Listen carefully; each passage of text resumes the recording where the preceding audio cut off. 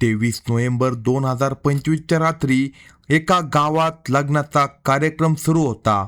लग्नाचे आयोजन गावापासून सुमारे 500 मीटर अंतरावर करण्यात आले होते. रात्री सुमारे 10 वाजता सर्व लोक आनंदाने लग्नामध्ये सहभागी झाले.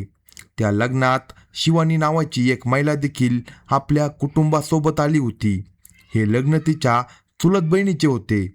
दरम्यान काही वेळाने शिवानी अचानक तिथून गायब झाली. सुरुवातीला कुणीही याकडे लक्ष दिले नाही, पण बराच वेळ ती दिसली नाही. तेव्हा घरच्यांना चिंता वाटू लागली. तिची आई अस्वस्थ आणि घाबरलेल्या अवस्थेत तिला शोधत घरी पोहोचली. घरातील सर्व खोल्यांना कुलूप लागलं होतं, त्यामुळे तिचा संशय अधिकच वाढला. शोधत शोधत जेव्हा ती बाथरूमपर्यंत पोहोचली, तेव्हा आतले दृश्य पाहून तिच्या तोंडून किंकाळी निघाली. शिवानी रक्ताने माखलेल्या अवस्थेत जमिनीवर मृत अवस्थेत पडली होती. हे पाहून तिची आई घाबरून उलट्या पावलांनी धावत लग्नाच्या मंडपात पोहोचली, जिथे लग्नाचा विधी सुरू होता. तिथे पोहोचताच तिने थरथरत्या आणि घाबरलेल्या आवाजात सर्वांना सांगितलं की शिवानीचा कुणीतरी खून केला आहे. हे ऐकताच तिथे उपस्थित सर्वजण थक्क झाले. पाहता पाहता ही बातमी संपूर्ण गावात वाऱ्यासारखी पसरली. लग्नाचा कार्यक्रम तात्काळ थांबवण्यात आला आणि सर्वजण घाबरून घटनास्थळी धाव घेऊ लागले. जिथे काही वेळापूर्वी आनंदाचं वातावरण होतं, तिथं आता अचानक शोककळा पसरली. घराच्या आत आणि बाहेर रडण्याचे आवाज घुमू लागले. प्रत्येकजण आश्चर्यचकित आणि घाबरलेला होता. कोणालाही समजत नव्हतं की ही घटना कुणी केली आणि त्यामागं नेमकं काय कारण असन. त्याच रात्री त्या गावचे पोलीस पाटील यांनी याची माहिती पोलीस ठाण्याला दिली. माहिती मिळताच पोलीस पथक तात्काळ घटनास्थळी दाखल झाले. त्यावेळी रात्री सुमारे 12 वाजले होते. पोलीस पोहोचताच तपास सुरू करण्यात आला आणि काही वेळातच डॉग स्क्वॉड आणि फॉरेन्सिक टीम देखील त्या ठिकाणी पोहोचली. पोलिसांनी सर्व बाजूंनी बारकाईने तपास सुरू केला.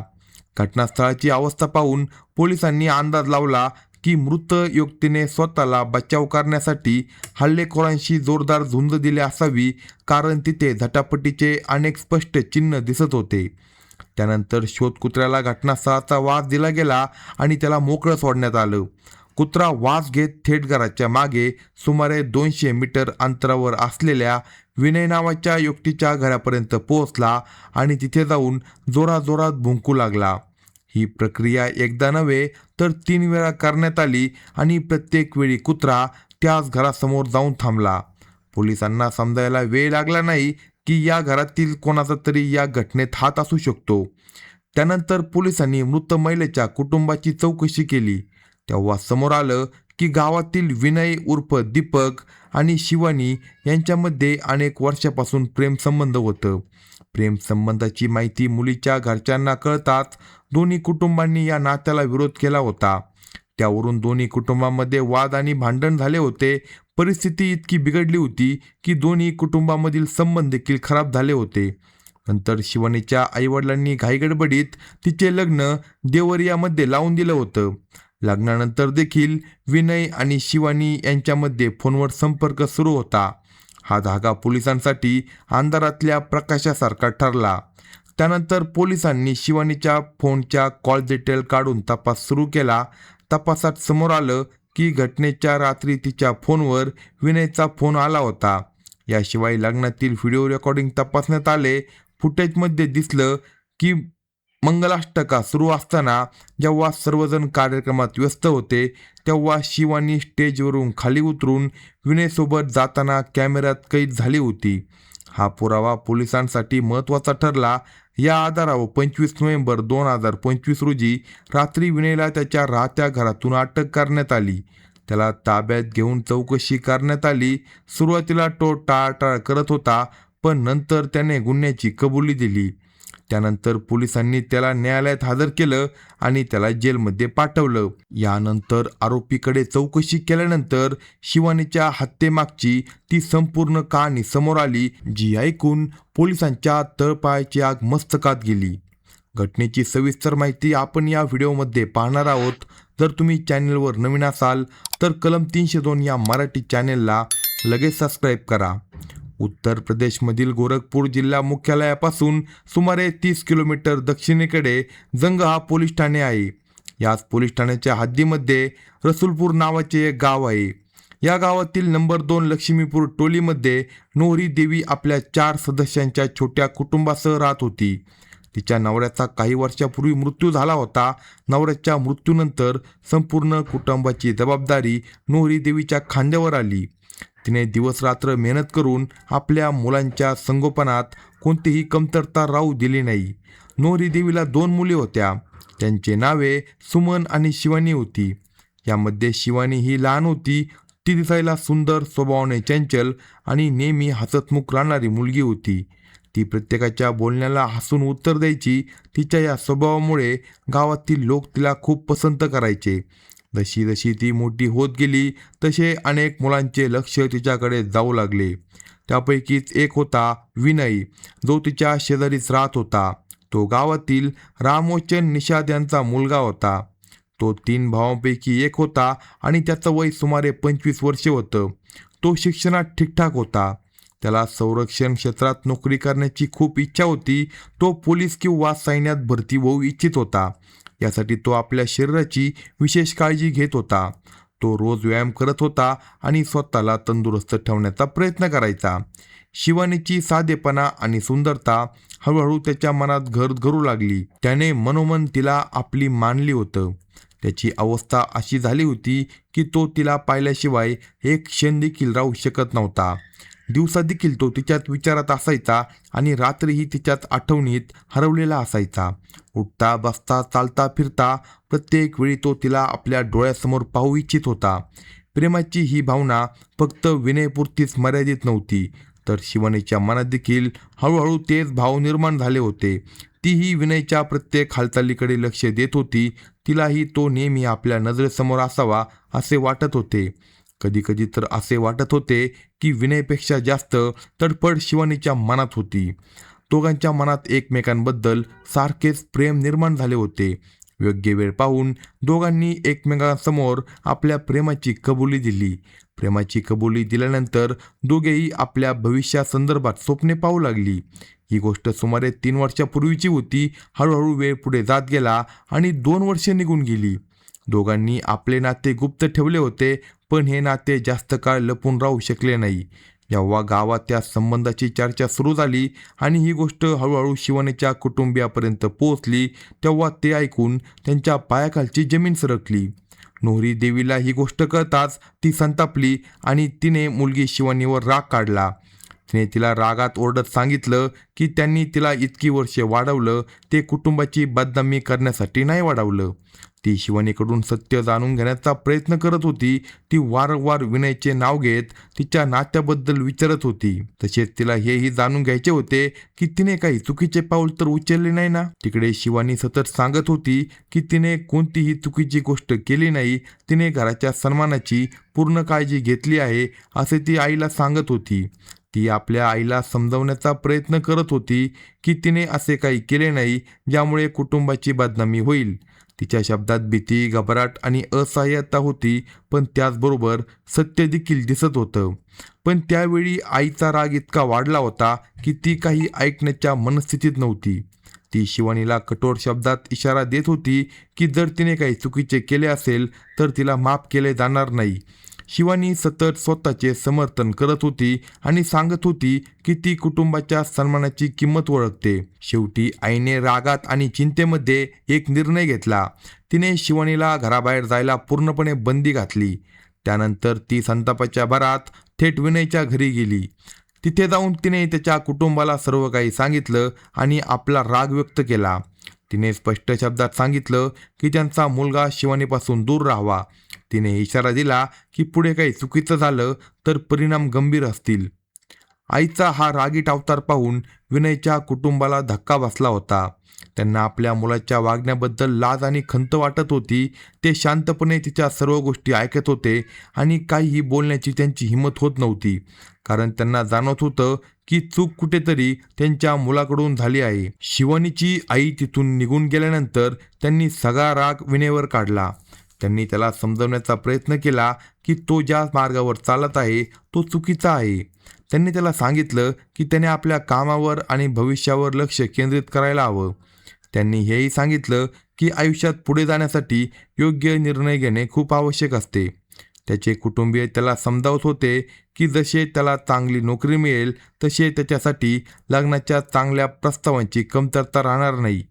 घराच्या दारातच चांगले चांगले प्रस्ताव येतील आणि तो ज्या मुलीशी लग्न करायचे म्हणेल त्याच्यासोबत त्याचे लग्न लावून दिले जाईल. म्हणून सध्या त्याने आपल्या भविष्यात लक्ष द्यायला हवे. हे सर्व ऐकून विनयच्या मनात अस्वस्थता आणि गोंधळ सुरू होता. त्याच्या मनात फक्त एकच प्रश्न फिरत होता, शिवानीच्या आईला त्यांच्या नात्याबद्दल कसं कळालं. तो वारंवार विचार करत होता की तो शिवानीशिवाय जगू शकत नाही. त्याला वाटत होतं की तिच्याशिवाय त्याचे आयुष्य अपूर्ण आहे.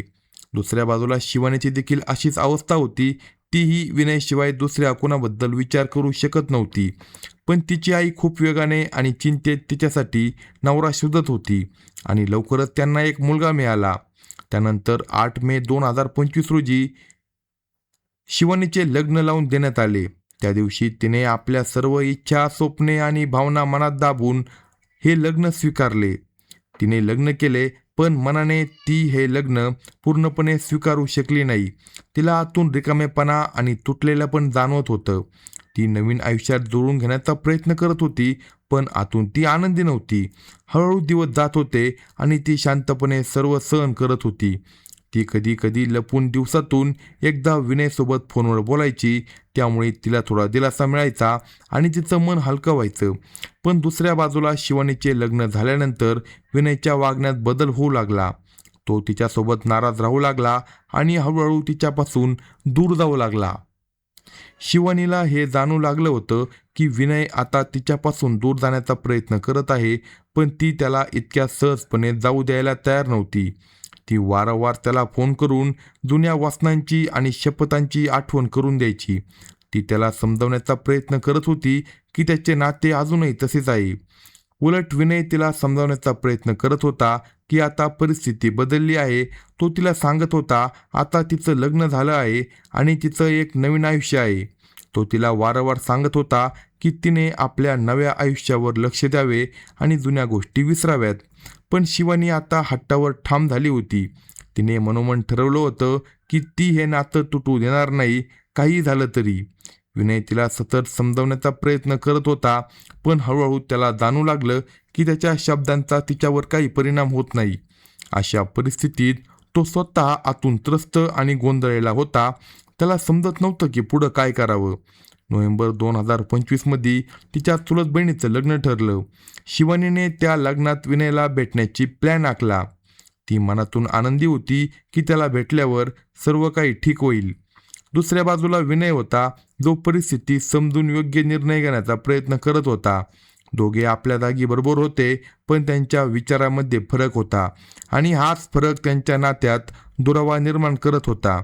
शिवानीने ठरवलं की ती आपल्या चुलत बहिणीच्या लग्नाला नक्की जाईल आणि यावेळी ती पुन्हा सासरी परत जाणार नाही, तर तिथूनच आपल्या आयुष्याचा नवीन निर्णय घेईल आणि विनयसोबत राहण्याचा प्रयत्न करील. तिने एक दिवस विनयला फोन करून आपल्या मनातील ही गोष्ट सांगितली. हे ऐकताच विनय पूर्णपणे घाबरून गेला.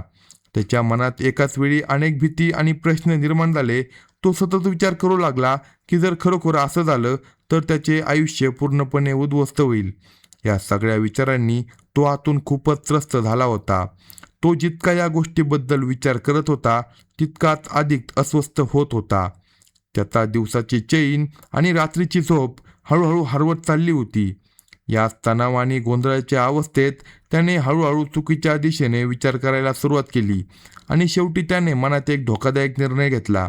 शिवानीने त्याला आधी सांगितले होते की ती 23 नोव्हेंबर 2025 रोजी आपल्या चुलत बहिणीच्या लग्नासाठी सासरवरून येणार आहे. ती कायमची सासर सोडून माहेरी राहण्याचा निर्णय घेत होती. ही गोष्ट विनयच्या मनात पक्की बसताच त्याच्या डोक्यात एक भयानक प्लॅन तयार होऊ लागला.